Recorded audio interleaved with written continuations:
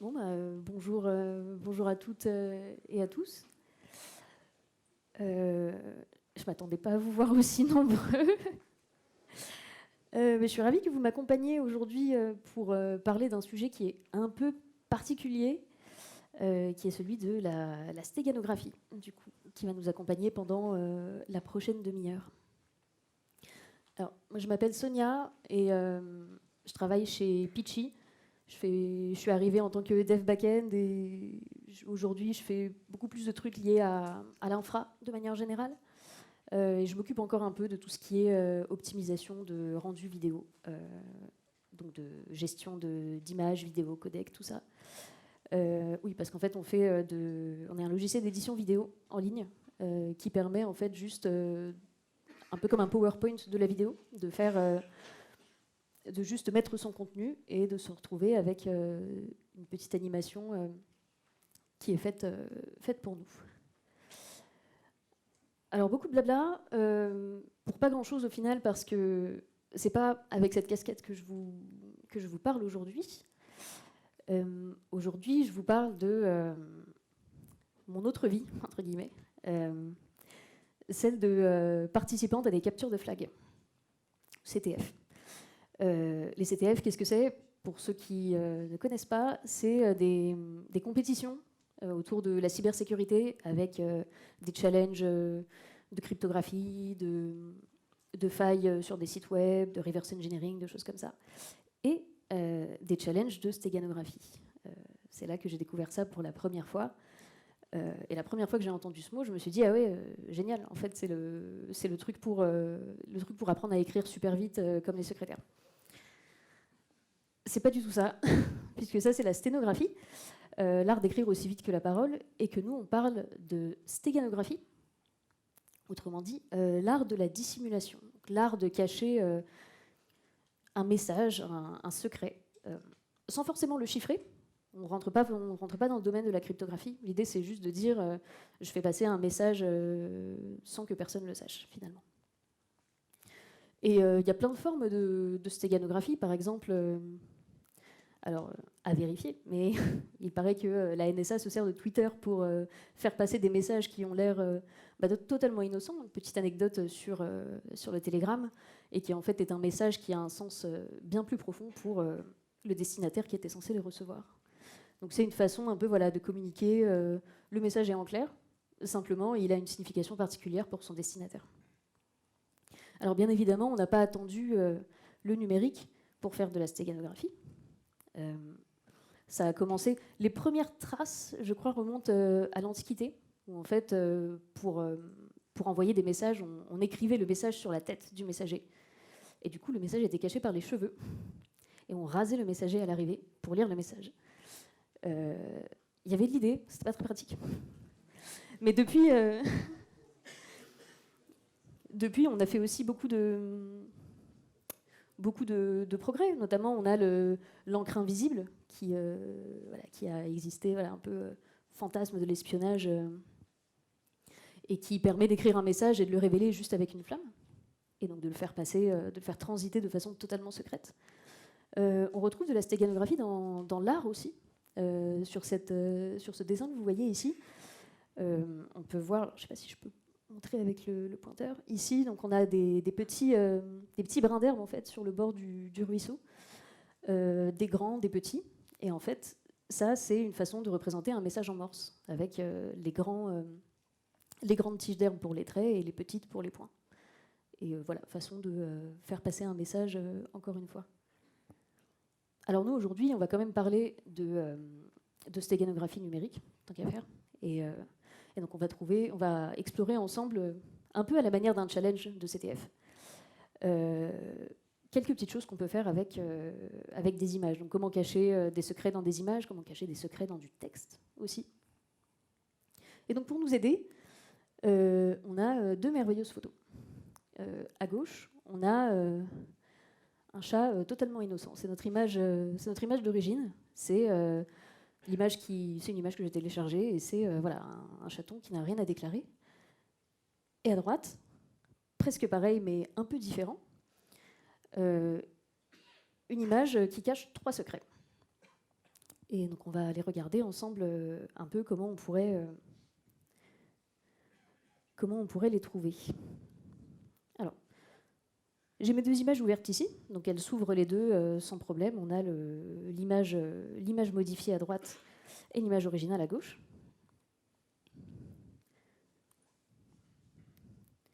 Et donc nous, on va être à la recherche de 3 secrets, ou flags, en fait, qui vont être des chaînes de caractères qui auront la forme suivante. Je ne sais pas si vous voyez bien, peut-être un peu petit. Dites-moi si vous avez besoin de... On est bon ? Ok. Donc des chaînes de caractères qui auront voilà, cette forme, flag avec 2 accolades et une succession de caractères dedans. Donc c'est notre objectif, on cherche 3 chaînes comme ça dans notre image. Nos 2 images, c'est des images PNG. Et la première chose qu'on peut faire avec des PNG, c'est regarder un peu leur structure. On a des outils pour ça, notamment on en a un qui s'appelle PNG Check, et qui va nous permettre voilà, de regarder déjà notre image originale pour voir ce que ça nous dit. Et ça nous dit, rien à signaler, l'image est parfaitement OK, elle est en règle, elle correspond tout à fait au standard de PNG. Maintenant, on va aller voir notre image modifiée, et ce que nous raconte PNG Check. Et PNG Check, il nous dit, là ça va pas. Il dit là ça va pas, et il nous explique pourquoi. Il nous dit qu'il a trouvé des données rajoutées à la fin de ce qu'il appelle un chunk end. Alors la spécification PNG, elle est décrite et elle permet de décrire une image en la décomposant en ce qu'on appelle des chunks. Donc on a des chunks qui sont obligatoires sur chaque image PNG, et notamment le chunk end qui signifie la fin en fait de l'image. Ça permet de dire au lecteur d'image, voilà, après ce chunk, tu n'as plus rien à lire. Et là, PNG Check me dit, il y a quand même des choses après. C'est peut-être louche. Donc on va lui demander un petit peu plus de verbosité, et puis on va voir ce qui me sort sur le chunk end. Et donc avec ça, il arrive à me donner notamment l'offset, donc à partir de où commence mon chunk dans mon image, et sa taille. Donc c'est super parce que ça va me permettre du coup de récupérer l'offset pour aller faire un xdump et voir exactement ce que contient cette image à la fin. Et donc on voit un message qui n'a rien à faire là, et un message qui ne sert à rien parce que on n'a pas de flag dedans. Mais c'est une façon pas très subtile de cacher du texte dans une image. C'est de le rajouter à la fin, en tout cas pour les PNG. Bon, après, je vous avais promis des secrets dans les pixels, on n'y est pas encore. Donc on va continuer d'aller voir notre image, sauf que cette fois-ci, on ne va pas simplement grep sur IN, on va aller voir tout ce qu'elle nous sort. Et là, waouh, elle nous sort plein de choses. Et notamment plein de chunks IDAT. Donc ça, c'est pareil, c'est des chunks obligatoires, et c'est des chunks qui contiennent les infos compressées sur nos pixels. Donc tout ça, rien à signaler. Notre premier chunk de header, qui lui aussi est obligatoire. Et au milieu, on a 2 chunks avec une espèce de casse un peu étrange. Et alors, PNG autorise à faire ça. En fait, c'est des chunks qui sont optionnels. Et donc certains sont décrits par la spécification, notamment celui-là, le fizz. Mais là, on en a un qui, selon PNG Check, est inconnu. Et effectivement, un chunk flag, ça c'est moi qui l'ai rajouté à la main, je l'ai construit un peu en fait maison. J'ai juste respecté une syntaxe particulière pour que ce chunk soit valide, mais en soi, en fait, il n'a rien à faire là, ce truc. Donc super, on va aller voir, on sait où il commence, on sait quelle taille il fait. Et du coup, je vais aller me servir de ça pour récupérer son contenu. Donc le chunk démarre à 3A, mais j'ai pas envie de garder tout ce début-là. Donc je vais me décaler de 4 octets et démarrer à 3E. Et là, on voit qu'en fait, le contenu de ce chunk, c'est une chaîne qui a l'air d'être encodée en base 64. On va aller voir décoder ça et voir si avec un peu de chance, on a notre premier flag. Et oui. Donc première façon de cacher un peu mieux des des infos dans un PNG, c'est de passer par un chunk un peu custom, comme ça, construit à la main. Mais on n'a toujours pas des secrets dans les pixels. Et donc pour ça, alors je vais me servir d'un outil qui est le même outil que j'ai utilisé pour injecter mes données dans mon PNG, qui s'appelle OpenStego, qui va utiliser un algorithme un peu particulier qu'on va décrire. Je vous rassure, c'est pas juste, on n'est pas juste là pour cliquer sur des boutons. Mais donc on voit qu'il a réussi à extraire quelque chose de mon image, un fichier texte. Et donc on va voir ensemble comment on a fait pour l'injecter dedans. Et donc ça, en fait, on utilise une méthode qui s'appelle LSB, mis pour Least Significant Bits. Et donc en fait, tout va commencer avec un pixel totalement au hasard. Ce pixel, il a une couleur particulière qui est décrite avec ici une composante R, une composante G, une composante B, et un certain chiffre entre 0 et 255. Donc j'ai mon pixel en haut, et ici, je l'ai répliqué 16 fois. Enfin, pas tout à fait. Presque. On voit qu'il y en a certains qui n'ont pas une composante rouge à 51, mais à 50. D'autres qui ont du vert à 119, à 118. On voit qu'on est toujours proche de plus 1, moins 1. Mais en fait, à l'œil nu, on ne fait pas la différence, nous. Donc on peut tout à fait se servir de cette subtilité, en fait, pour aller injecter nos données. Mettons, j'ai un message secret, voilà, qui s'appelle secret, que j'ai envie de cacher dans mon image. Donc chaque caractère a son équivalent en octets. Et donc tous ces 0 et 1 qui sont en groupe de 8, je vais les séparer en groupe de 3. On a 16 groupes de 3, comme nos 16 pixels de tout à l'heure. Et groupe de 3, pourquoi? Parce que je vais aller modifier en fait, les composantes R, G et B de chacun de mes pixels. Et donc si je reprends mon exemple, et que j'essaye d'injecter les 3 premiers bits dans mon premier pixel, je vais aller remplacer les tout derniers bits, donc le bit de poids faible, et ce qui aura pour effet de changer très légèrement la couleur de mon pixel.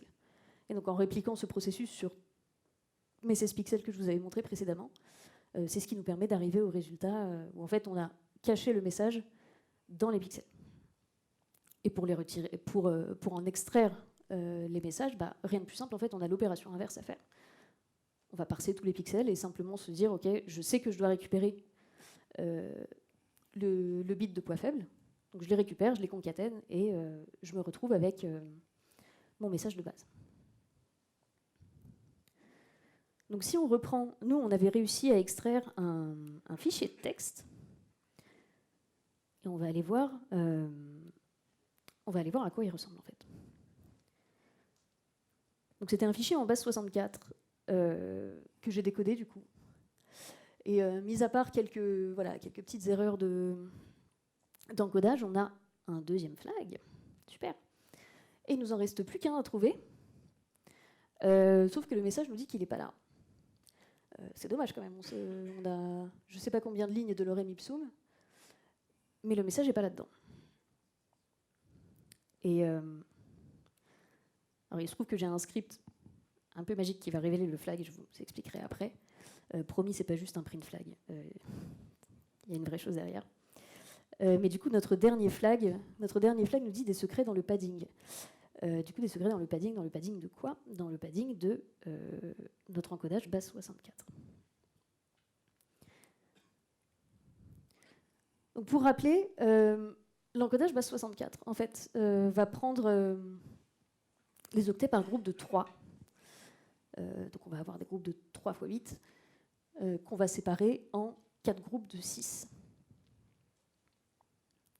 Et en fait, ces groupes de 6, du coup, vont avoir une certaine valeur dans la table base 64.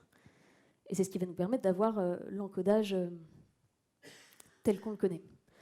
C'est un encodage qu'on utilise très souvent sur le web pour faire transiter des données, parce qu'on a moins de risque de corruption de celle-ci, vu qu'on est sur des caractères on est sur des caractères un peu plus habituels, on va dire.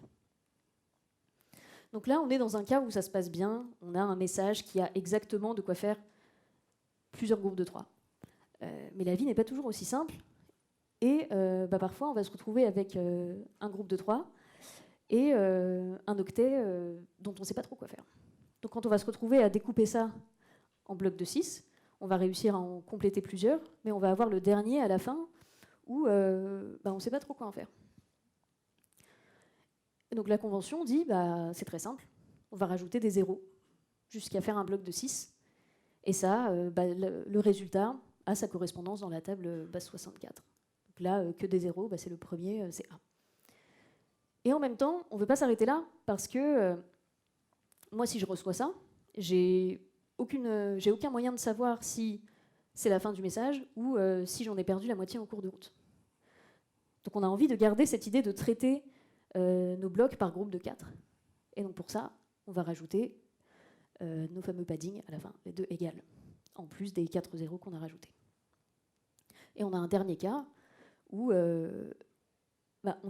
lieu d'un octet, on en a 2 en rab. Et donc c'est un peu le même principe, sauf qu'à la fin, on n'a plus besoin de rajouter 4 zéros, mais seulement 2, et un seul égal. Et donc quand on va vouloir décoder ça pour retrouver nos octets d'origine, la première chose qu'on va faire, c'est qu'on va dégager le padding. Donc là, les 4 zéros qu'on a mis ne nous serviront à aucun moment dans le processus de décodage.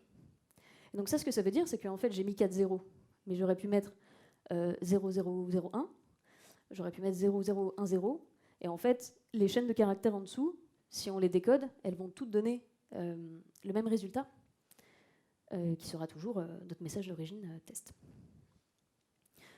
Et donc ça, qu'est-ce que ça va nous permettre de faire ? En fait, ça va nous permettre de dire, voilà, moi ici, je sais que sur toutes les chaînes où j'ai 2 égales, qui se terminent par 2 égales, je peux injecter l'équivalent de 4 bits de données. Et pour les récupérer après, au moment du décodage, au lieu de prendre le padding et de le jeter, je le mets de côté et je concatène en fait, au fur et à mesure. Et là, par exemple, je me retrouve avec la première lettre de mon message, qui serait ici A.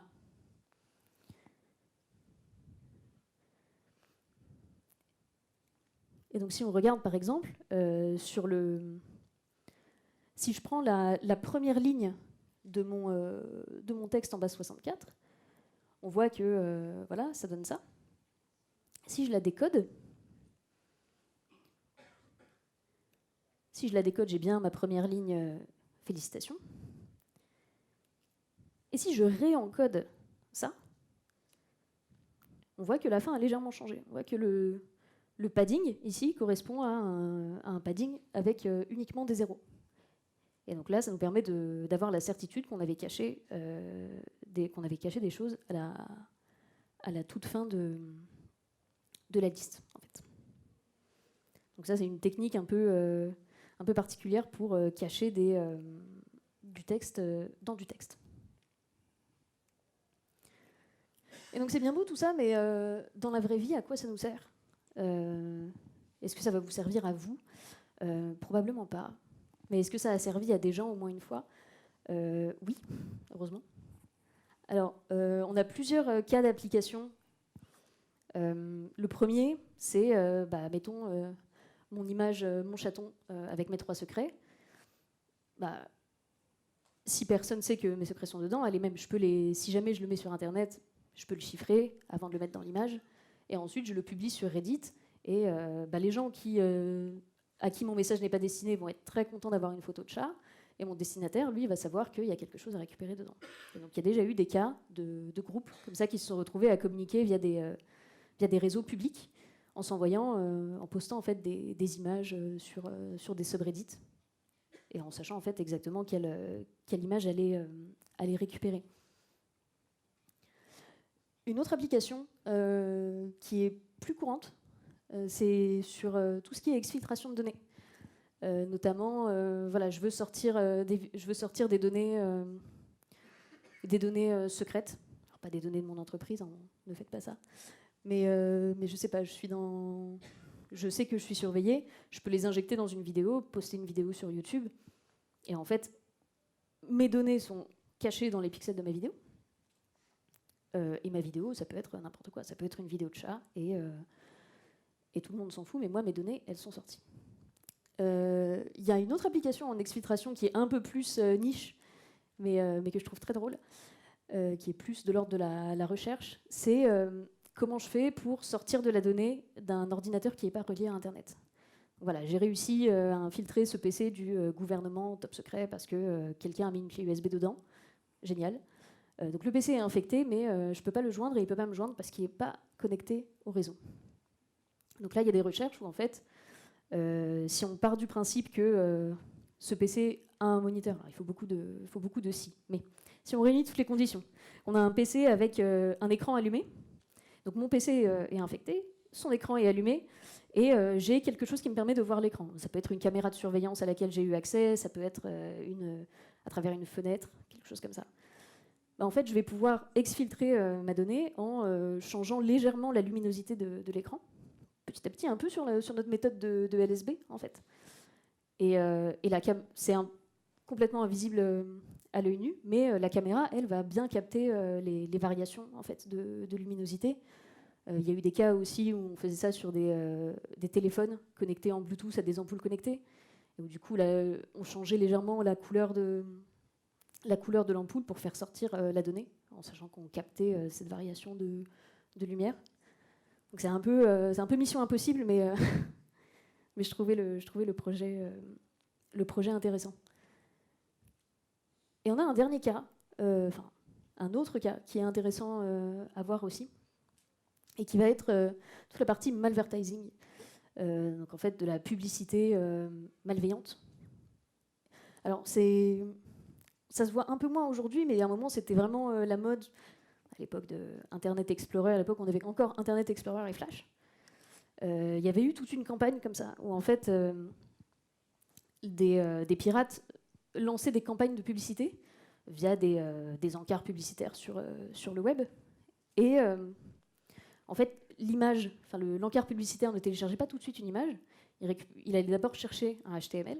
Et dans ce HTML, il y avait du JavaScript qui contrôlait que le PC n'était pas le PC d'un analyste de malware, de choses comme ça, qui était un PC de bureau lambda, qui contrôlait qu'il y avait bien Internet Explorer, Flash, tout ça. Et en fait, si toutes les conditions étaient réunies, il téléchargeait un PNG de sa pub, en fait, mais un PNG légèrement modifié, avec un script malveillant qui était injecté dans le channel alpha du PNG. Donc dans tout ce qui décrit la transparence, en fait. Tout ça, c'était remplacé par du coup le script JS qui allait ensuite tourner pour contacter le serveur distant, faire tourner des scripts d'attaque sur des vulnérabilités de Flash, d'Internet Explorer, tout ça. Et en fait, si les conditions n'étaient pas réunies sur l'ordinateur, si jamais on était sur l'ordinateur, si la page web tourne dans une sandbox, par exemple, qu'on a des risques qu'elle soit analysée, surveillée, à ce moment-là, la pub diffusait un PNG tout à fait classique, en fait. Et la différence entre les deux était quasiment imperceptible. Et ce qui est terrible avec ça, c'est que du coup, en fait, il n'y avait pas besoin d'une intervention particulière des utilisateurs. Il y avait juste à être là et à exister en fait avec un navigateur avec des failles de sécurité. Donc voilà, autre application un peu intéressante de ces techniques-là. Voilà, c'est tout ce que je vais vous présenter pour aujourd'hui. Si vous avez des questions, n'hésitez pas. Et merci beaucoup.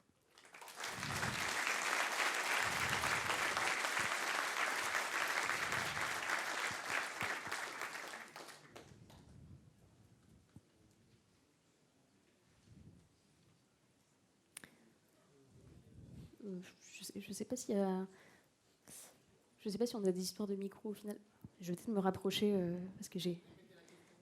Oui, je vais la répéter, mais c'est parce que j'ai peur de ne pas les entendre surtout.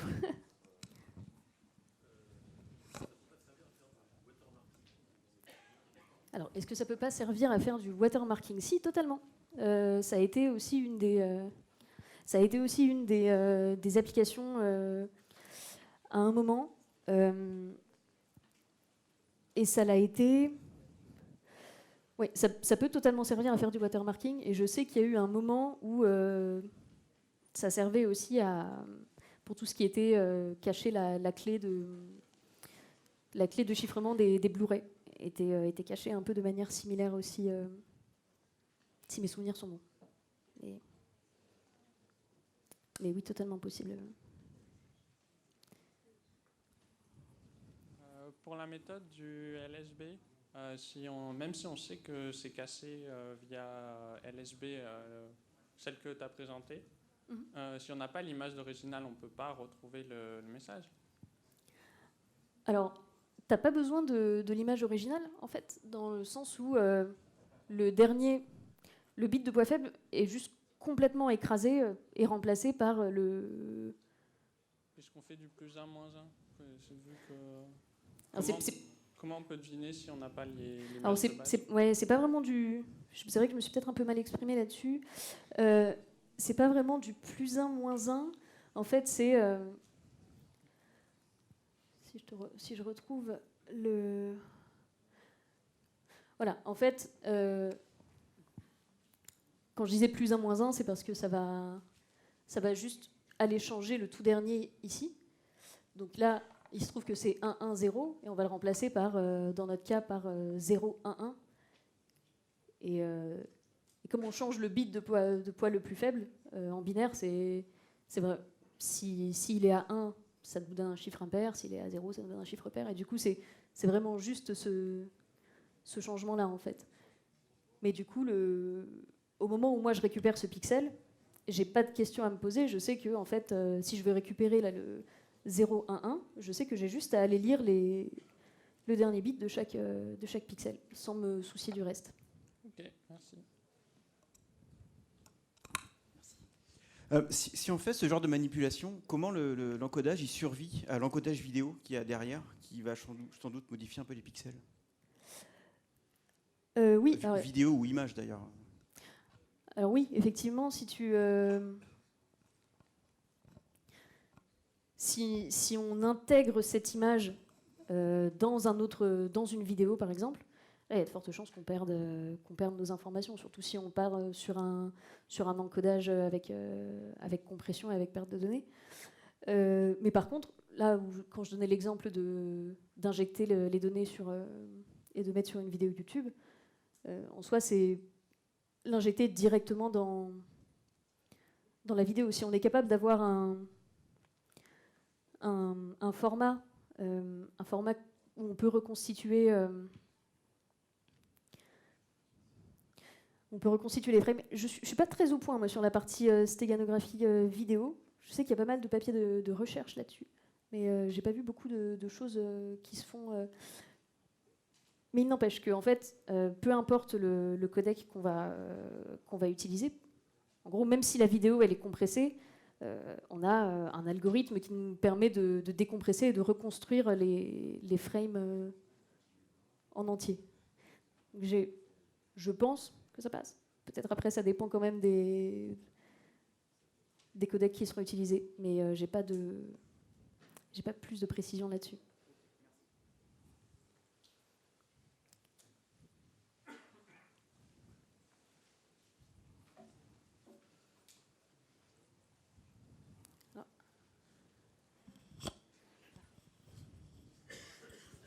Je suppose que LSB, vous avez parlé d'images, mais avec du son, ça doit être jouable aussi ou pas? Alors il y a des techniques, oui effectivement, il y a des techniques pour cacher de la donnée dans du son. Le son c'est encore un peu différent. Il y a une technique que je connais où en gros c'est prendre son message, ça peut être je sais pas une image, quelque chose un message qu'on a dessiné sur Paint par exemple. Et il y a des logiciels qui permettent d'intégrer ça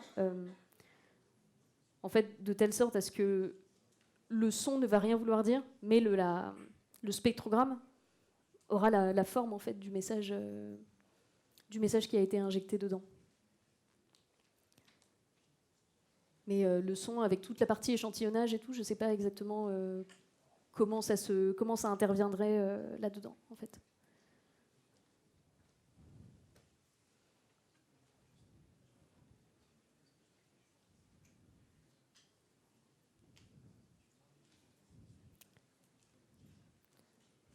Je crois qu'on va devoir s'arrêter là pour